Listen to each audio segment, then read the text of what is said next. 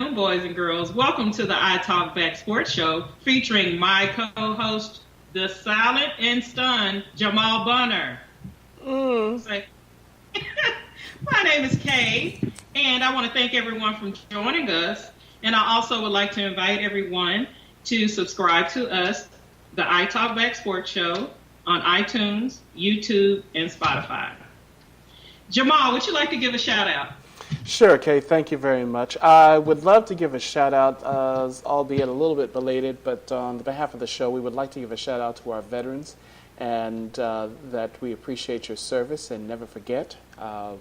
Kay, what about you? Who would you like to give a shout out to? I would like to give a shout out to my new friends that I met over the weekend in the ATL. I'd like to thank all of them for extending a warm welcome to me and making me feel just like I'm at home. Bless their hearts. So speaking of which, since you did let that cat out the bag, what can you tell us about a little bit about your trip to ATL right off the bat, please? Well, I would like to say, I haven't been there in quite some time, but a lot has happened, a lot has changed. And it's an enjoyable city, as it always is. And I did have the opportunity to dine at a couple of places.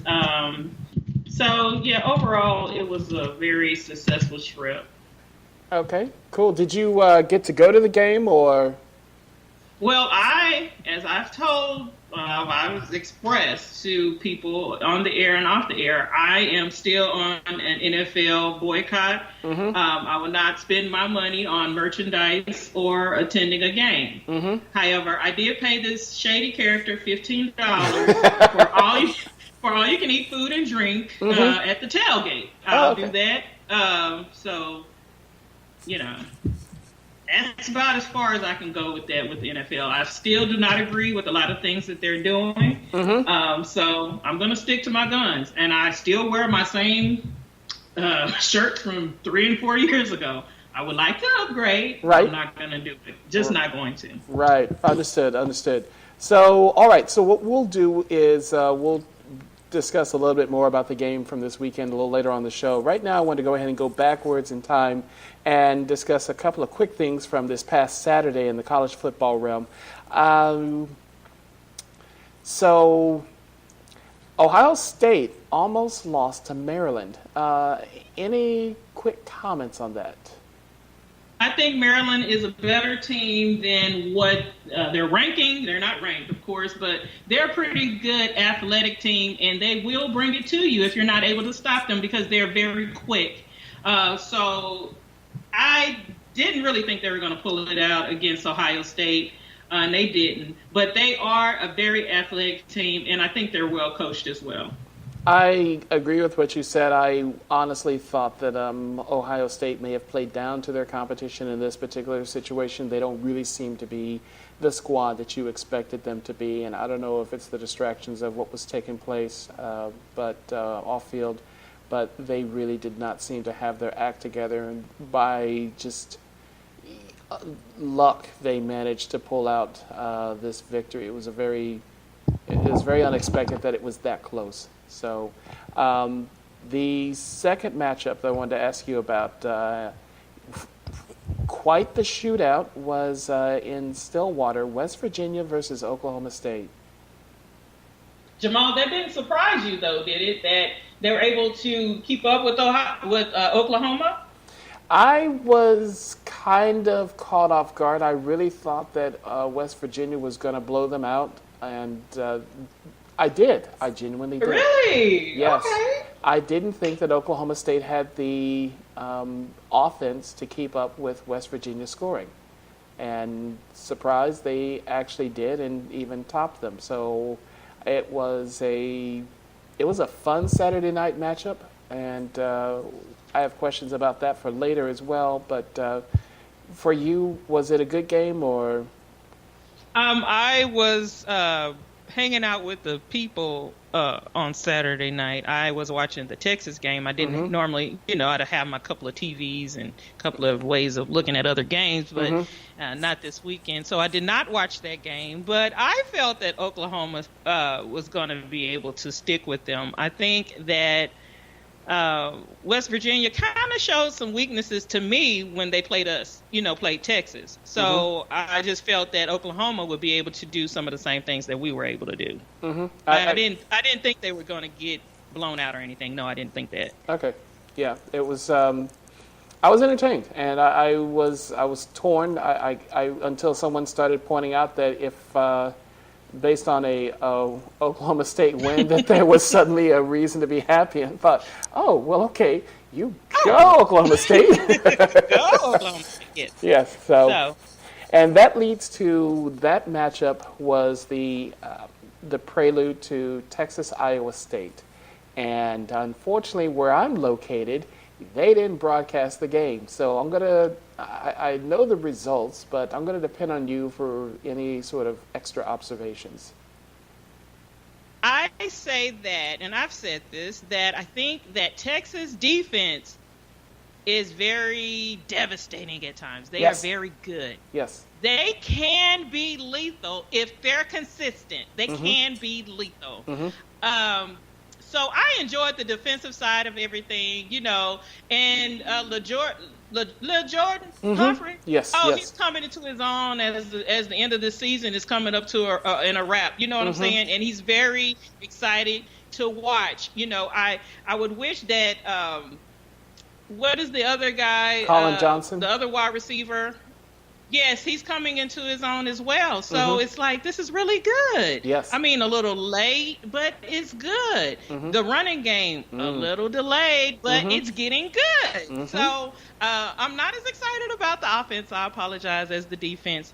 And Amenahu, number 90, he's my boy. Yes. You know what I'm saying? Yes. So I'm looking forward to him getting drafted next year because he shows out every single week on defense.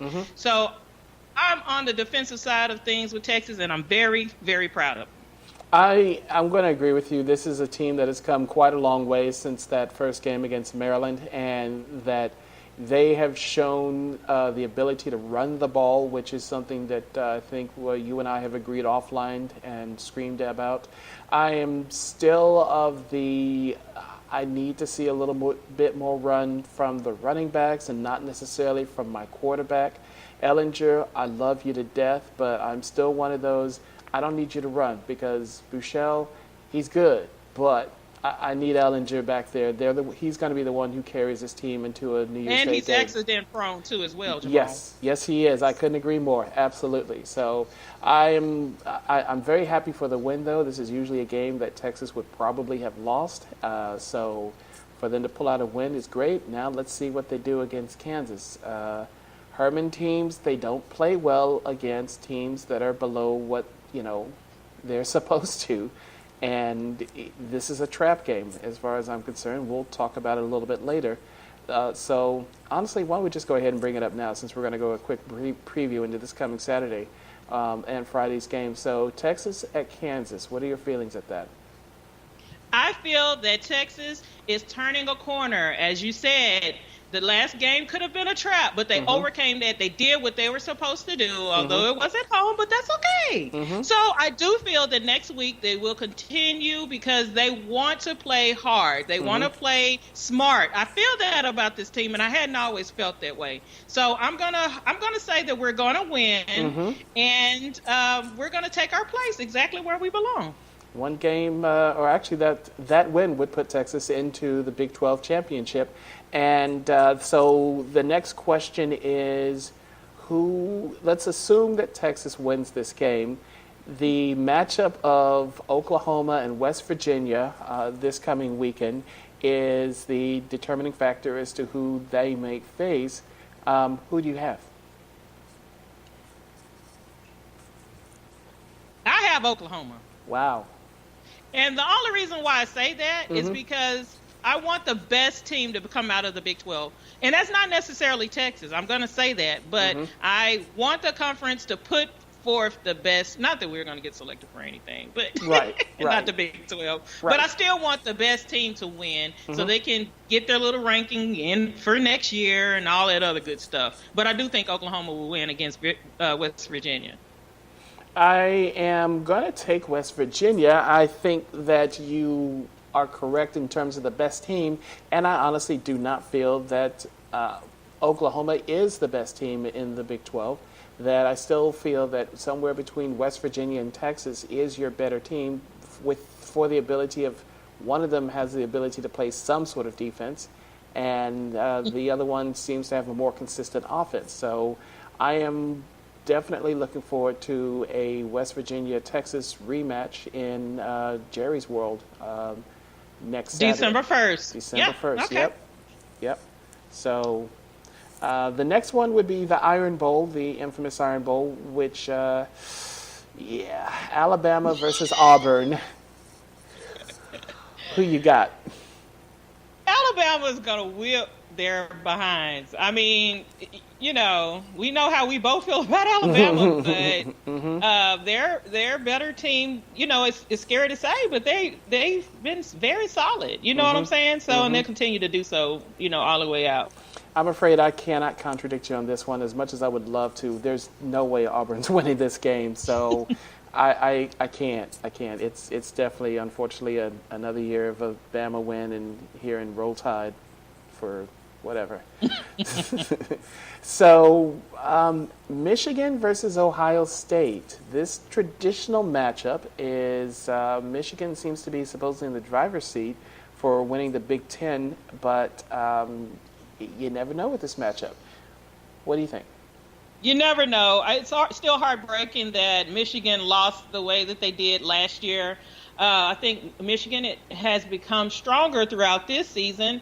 And I'm going to pick Michigan. I'm going to hope there's no hocus pocus with the refs this time of going around. I think that Ohio State each week has kind of gotten a little bit weaker and weaker, and that's just what I think. I don't, whether you say they play down to people or they play whatever, I just think they get exposed a little bit more each week, and that's why I think Michigan will win. Yeah, kind of what we covered in the previous segment about Ohio State and Maryland. You said it correctly that they seem to be getting weaker and weaker, and that it really does seem to be Michigan's year this year in terms of the Big Ten, and I don't see that they will win, but I mean, with this matchup, who knows? It's always something or another. So we'll go ahead and skip over to the NBA report. Very briefly, do you think it's time to blow up the Wizards? I think it was time to blow up the Wizards maybe 2 seasons ago when you figured out your two best players didn't want to share the ball, didn't want to create any type of on-the-court chemistry. Off the court, it's, hey, do what you want to do, right. But it's always been friction. You know what I'm saying? And I think that if the Wizards would have given away or traded, Bill maybe 2 years ago, they really could have gotten more out of him. The East is easier than the West. You know what I'm saying? So I hope they don't give it to anyone in the West. You know what I'm saying? Trade either one of them. So that is what I think. So I agree with you up to the point of not trading either of them to someone in the West. I would really like to see Beal and purple and gold, and it has been mentioned a few times around at least the sports network based in Connecticut that is what the Tires seem to be being kicked at.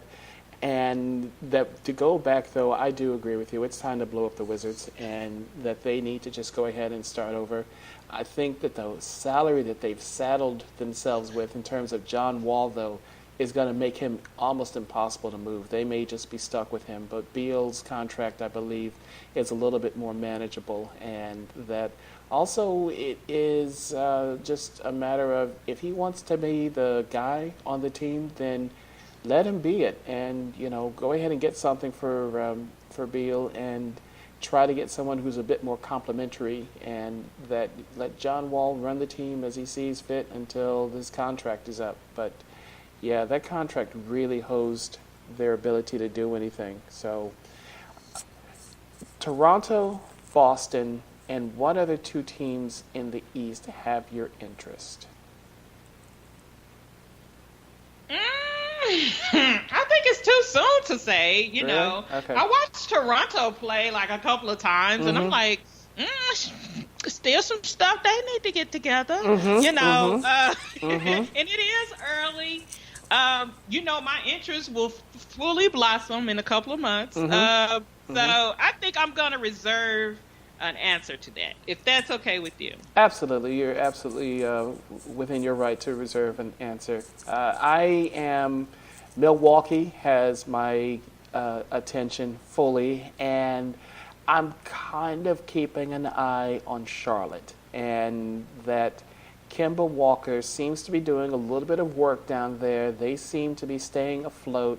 They're entertaining. So with that in mind, not from a standpoint of championship, but just in terms of the possibilities that they are one of those teams to keep an eye on. So yeah, I'm interested in seeing what they can do. Okay. So, so do you think that Golden State or Denver or what other team is the best teams in the West? I say outside of Golden State, though. We kind of know about them. I am right now looking at Portland. I think that they look to be interesting, but a little inconsistent. So, I mean, I'm keeping an eye on them. And I'm not sure because the rest of it is honestly kind of in flux. San Antonio was good one night, and then the next night they're not. And the Mavericks, I Ain't feel that like the truth? Yeah, the Mavericks seem to be coming up. The Rockets are inconsistent. Like the entire West right now, there's not really that solid feel for a really good team. Oklahoma City, if Westbrook sits, they're horrible. When he plays, they can beat anybody on any night. So I'm really not sure beyond. I'd just say Portland, and then it's the field after that. What about you? Okay, I'm going to go ahead and agree with you because I just think everyone has to kind of still get their footing. You know what I'm saying? And playing against another Western Conference team, I think any night it's going to be hard. It's not easy playing these teams, you know, day in, day out. Right. You know, it's not like you know, you're just gonna skate on through it. It's not. They're very off. It's a very offensive conference. You know what I'm saying? You got to put a lot into that. Exactly. And I think it's gonna change a lot. It's gonna the seeding is gonna change a lot. You know, up until April. So I'll say Portland, Memphis.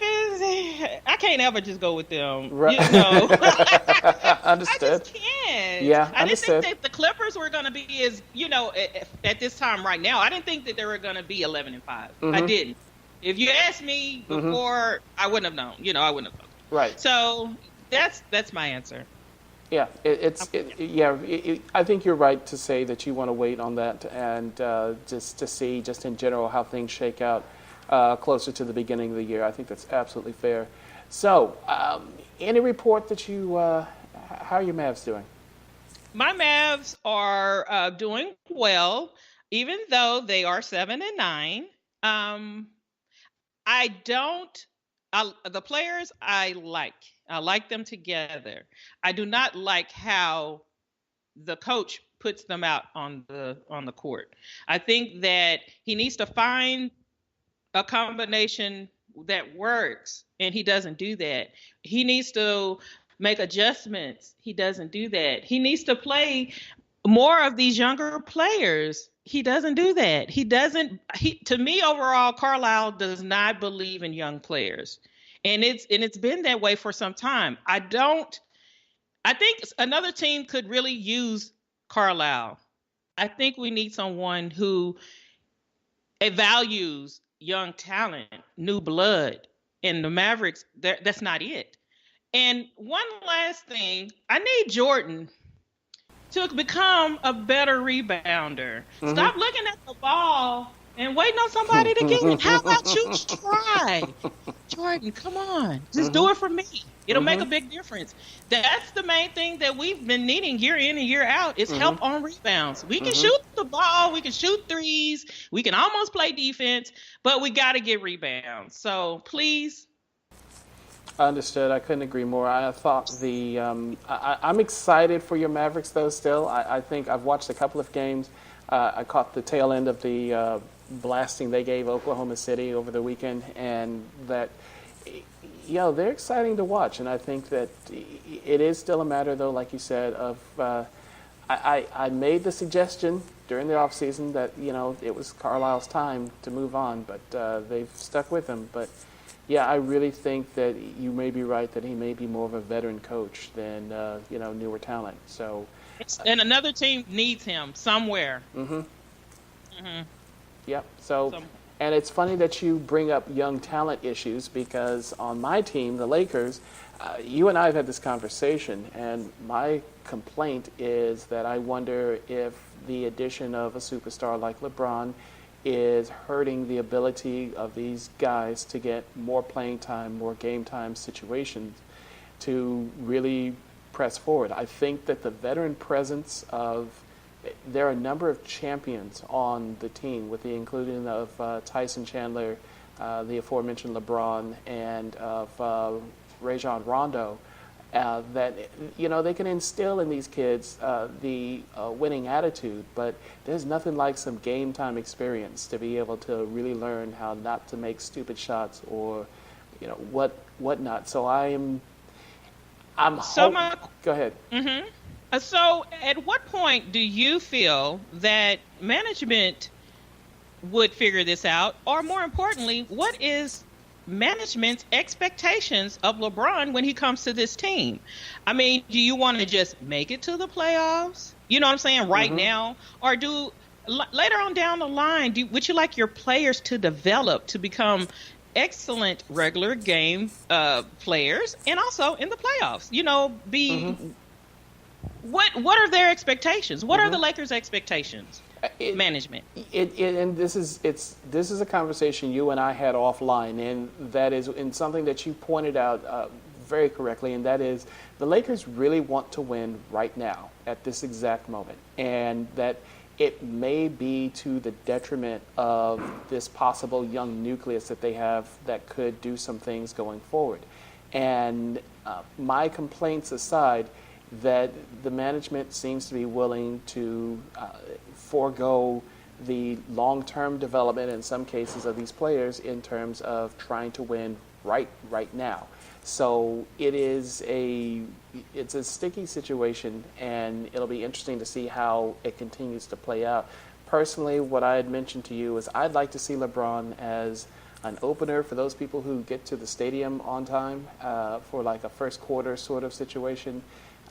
Spot playing in the second and third quarter just to make sure that things are shored up. Let these guys play out the middle of the game on their own, get the rudder right and so forth. And then, if necessary, bring in LeBron as a closer. And I think you mentioned Dwayne Wade as doing something along those lines, and understand that Dwayne Wade's in a different role. But I like that idea for LeBron just as a preservation and also as a means of, hey, guys, figure it out. And then learn from the closer, So that's... I just hope that they get it together, because it kind of sounds like a one-shot deal. Like if you don't apply, it's like sticking something on something. You know what I'm saying? You got one shot to apply it, and you can't just pull it back up. So if that's the way you want him to go in, that's just the way it's going to be. And that's just how it feels to me, because you're going to lose maybe some of the interest from other players if it don't work out if you go to the playoffs. You know what I'm saying? Right. That's not what I thought for LeBron when he went there. You know what I'm saying? That's not what I wanted for him. But obviously management, they sometimes feel they know better. So let's just see how it goes. Exactly. So moving on, do you think it's time for Carmelo Anthony to retire? Yes. Okay. Same. Next. Okay, so the reason why I say that, I mean, I just didn't put that in there just to say yes or no. But the reason that I feel that is because He reminds me of a wide receiver that I love so much. Like, you want to be number one, but you're not actually going to produce number one. And you're also going to kind of cause other people to be thrown off of their game. You know what I'm saying? So, we love you. 15 years in the NBA, 1,064 games, 14. Yes, it is time. I'm still trying to figure out what team he could fit onto, because and it's been the way of his career that the ball dies at Melo in your offense, and that you live and die by his shot, and that's just the game the way it is now. It just doesn't work that way. So, as with as with most players that I say that have went on, that had the opportunity to come here, and then they want to miss it off their career after passing us up. You know what I'm saying? He would have been great coming here right after he left the Nuggets. He didn't have to go. I mean, although it was a dream, you didn't have to do the Knicks right there at that time. You could have came here to Dallas. You could have been the man, you know what I'm saying? And you could have actually had the offense in your hand, and we just would have had to find some defensive players, some people that didn't really mind not getting the ball ever. Right. But I just feel that he messed that up when he went to New York. And there's other places he could have went. I just didn't think he needed to go there at that time, and I think that's his own fault. I think you're on point with that, and I think that there are a couple of players that wish they probably would have chosen differently, DeAndre Jordan being one of them in terms of when they should have gone to Dallas. So... yeah, I think it's time. So, wanted to give a quick shout out to Simone Biles for her world championship wins in gymnastics. Random, yes, I understand, but she's a bad girl. She's a bad girl. She's very bad. Absolutely, absolutely. So, shout out to her. So, let's move on to the NFL. And last night's Monday Night Football game is already said to be a classic. How? I'm just repeating the nonsense that I've read from different various parts. You know what I'm saying? They're saying that it's the highest Monday Night Football game since 2014, and they even had the over/under at 63 points. Could you imagine if you put $10 on the over/under to go over? Yep. Oh God, I missed out on that one. I think a lot of people did. So. I don't know how you say it was a classic. I mean, I watched parts of it, but to me, this is a crazy thing. Let me tell you a little bit something about it. Go ahead. I used to despise the AFC because it was so defensive. Defense. You watch a game, it's going to be 6-3. You turn the channel to another game, it's going to be 10-3, But in my older age, I'm appreciating the defense more. And I want there to be more defense in these games, less penalties on the quarterback, and I want some people to get hit. Not taken out of the game, but just get hit. Get hit to where you got to go wipe your nose on the sideline. I love it, But that ain't what we got. No, that is not what we got. And it is... I thought it was premature to call it a classic. In fact, this will lead into one of the other questions that we had coming up. But that is, was this a Big 12 shootout with no defense game or an amazing NFL shootout? I just won't call it an amazing NFL shutout because I like defense. I don't want you to score and me to score. It's not about that. It has to be, it's an art to everything, and it's definitely an art to the football game. And I want to see a little finesse. I want to see, ooh, he didn't make it. You know what I'm saying? Ooh, he almost did, and that didn't quite work. If I don't say that the whole game, it's a problem, Jamal. I'm just saying. Right. I'm just saying. I don't like that. Right. I thought that I don't like the... And I guess because I'm kind of a Big 12 fan, I don't like the double standard. Yes, there are some shootouts, and at the same time that a Big 12 defense does when you go out of the conference tend to actually show up. That the way the offenses are in the Big 12, they just really know how to take advantage of our other defenses. So that the NFL, or at least announcers, have this double standard, I'm just kind of shaking my head at. But in terms of last night's game, I loved it, and I look forward to seeing something like that again. And that was just, it was fun just to sit there and watch and think, okay, so the last team that has the ball is probably going to pull this out. There was really quickly, there was a point with about, I think, 2 minutes and something left in which I think the Rams had the ball and they were slowly marching down the field, and Jason Witten said something to the effect of, they better do something now because they're not going to get the ball back. And instead, they got another chance. The Chiefs got another chance because of the timing of the scoring. And it was just, just looking at it, it was fun. I liked the shootout. I did. But I don't like the lack of defense. I couldn't agree with you more. Are the rules that are currently protecting the quarterback hurting the game to you? Yes. I don't want to see my defensive end land the quarterback down like a 2-year-old just so that he won't get a penalty. I don't like that. As long as you're not going for their knees, you know what I'm saying? Or, hit them with the crown of your helmet. Yes. Yeah. I do believe that. That's great. But then again, on the other side of that, they're actually out there destroying the wide receivers in some of these backs. You know what I'm saying? And you don't need to say anything about it. Like, if I can't do it to the quarterback, I'll just hit everybody else with reckless abandon. That's not fair. So no, I think it is hurting the game. And it's if you like 52 to 51 or 54 to 50, whatever that is, then that's good for you. I mean, you don't care. You just want offense. But I like defense. I want somebody to be stopped. I want somebody to come up with a plan, get out there and execute, and somebody say, not today, not in my house. I love that. Are there any actual strong defenses in the NFL or defensive teams? Well, I mean, when I think about defense for this year, we had big hopes for the Jags, coming back into this year because we felt they were strong last year, and they kind of just missed the boat a little bit towards the end in the playoffs. So I think about them. I actually thought about the Rams, but I don't know now. Okay, so and they say the Eagles are they're one of the teams, but I couldn't tell like the other night. Right. But that's neither here nor there. So, but when I do think about defense, I think about Jags 1 and Rams 2. Yes. Okay.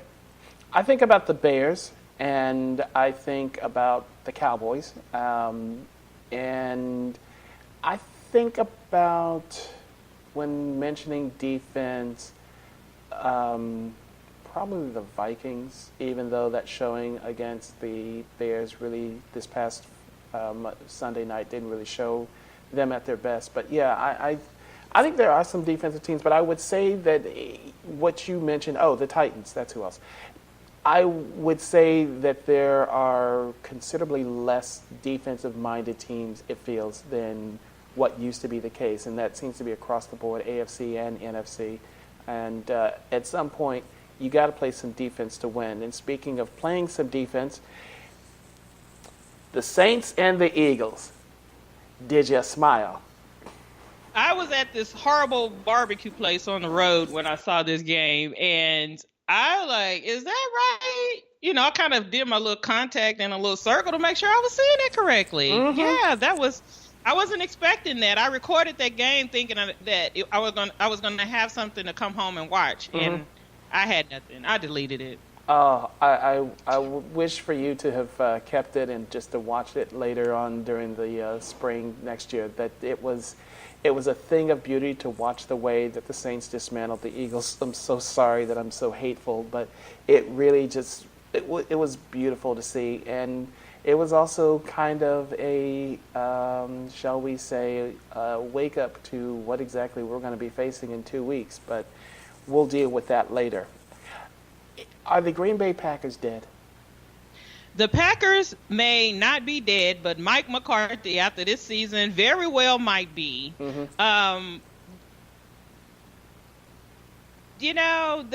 should. I just feel they should be playing better and have a much better record than they do. I think it's time. They've extended their quarterback. I think it's now time for them to change their coach.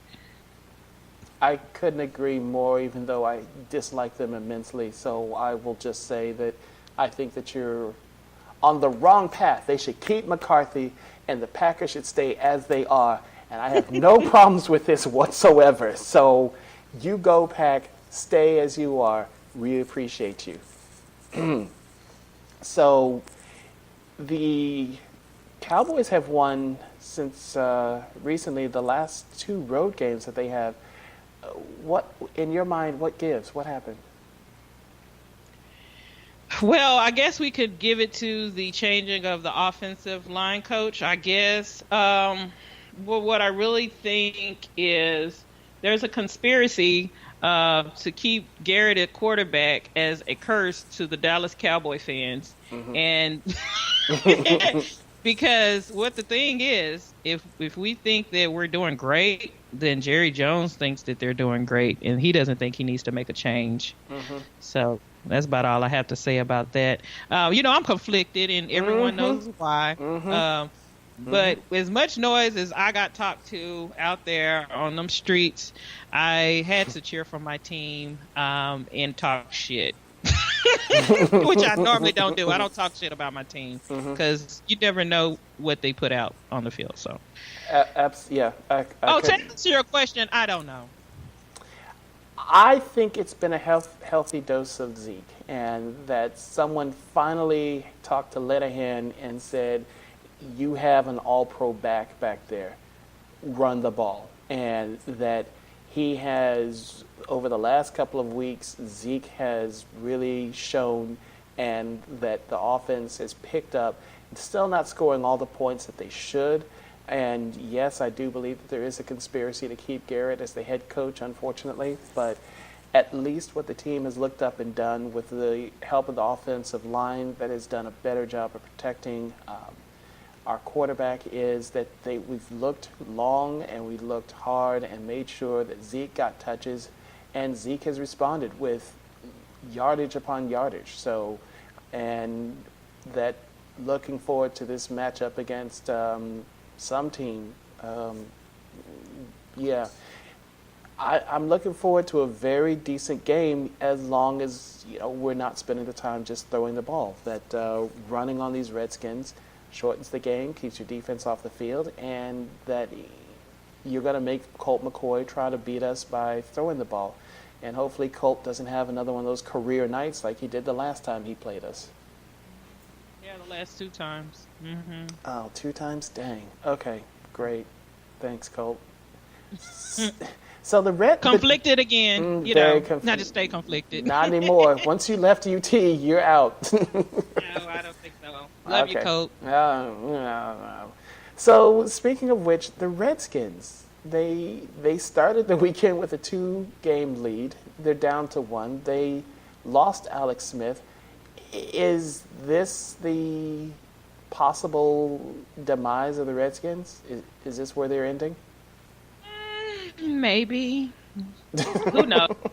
I mean, it's not easy in this conference. I mean, I can't write anyone off except the Giants, okay? Right. So, I don't know. I'm excited to see what happens, and I know we have to win on Thursday. More importantly, about anything, we have to win. I think every time I get optimistic about this team, they do something to just make me, just want to bang my head on the table. So I'm going to go say that it would be nice if we won, but I don't know with these guys. The Redskins, like you said, it's been just the way that they do things. Even when you are starting to count them out, they seem to come back with something. So my fear is that, we have no tape on Colt McCoy, and that he might pull some things out. And we couldn't stop Adrian Peterson last time we played.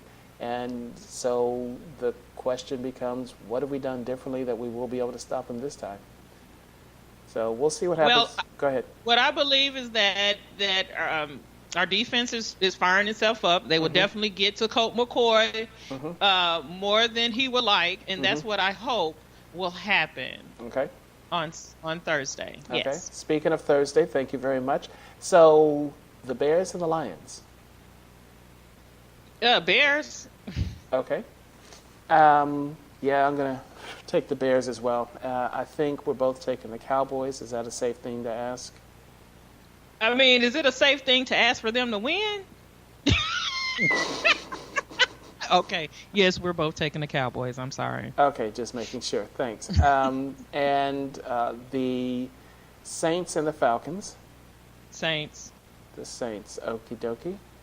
All right. And before we go off the air, Jamal, Mm-hmm. I would like to say to one of my favorite all-time Rangers, Adrian Beltre, Mm-hmm. happy retirement, and we'll see you in Cooperstown. I'm very saddened to see that Mr. Hustle, Mr. Texas Ranger Hustle Man, Mm-hmm. is retiring. So Yeah, congratulations to Adrian. It was great, amazing career in Major League Baseball, and I look forward to seeing him in Cooperstown. Absolutely. So, Kay, that's all I have for today. I'm hoping that we can try to do this again a little bit sooner. Miss your voice. oh. Yeah.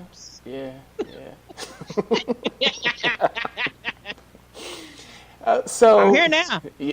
Okay, yeah, but you know. I hope you have a happy Thanksgiving and travel Thank safe. you. Good.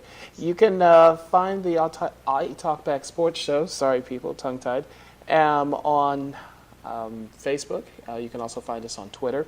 The podcast is now available, as Kay spoke towards at the beginning of the show, on Spotify and iTunes, and we are also available on YouTube. So we'd like to thank you very much. We hope you have a happy and safe holidays, and look forward to talking to you again shortly.